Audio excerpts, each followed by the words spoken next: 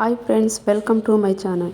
ఇక big boss విషయానికి వస్తే మణికంఠకి ఇంత బ్యాక్గ్రౌండ్ ఉందని తెలియదు, కానీ పాపం నిన్న చాలా ఎమోషన్ అయ్యారు.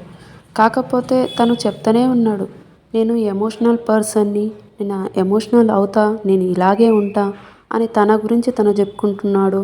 ఎమోషనల్ స్టోరీ చెప్తున్నాడు. ఇది అవసరం లేదని అందరూ ఆయనని తిరస్కరించారు.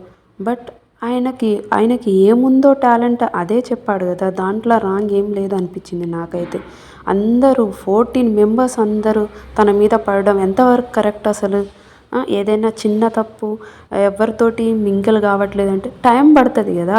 వాళ్ళలాగా అందరి మైండ్ సెట్ అందరి నాలాగే ఉండాలని ఎవ్వరు అనుకోరు కదా. సో ఇలా చెప్పడం నాకైతే నచ్చలేదు. మీకు నచ్చిందా అనేది మీరు కామెంట్ చేయండి ఫ్రెండ్స్. కాకపోతే యష్మిని గౌడ ఈమె ఉంది కదా, కృష్ణ ముకుంద తను సీరియల్ విలన్ క్యారెక్టర్ యష్మిని గౌడ తెలిసే ఉంటుంది ఈ పాటికి బిగ్ బాస్లో. కాకపోతే చాలా వరకు తన మీద ఫోకస్ చేస్తుంది, మణికంఠ మీద అని నాకు అనిపిస్తుంది. తనకి నచ్చిన వాళ్ళతోటి బాగుంటుంది, తనకు నచ్చిన వాళ్ళ మీద ఏమంటారు గొడవ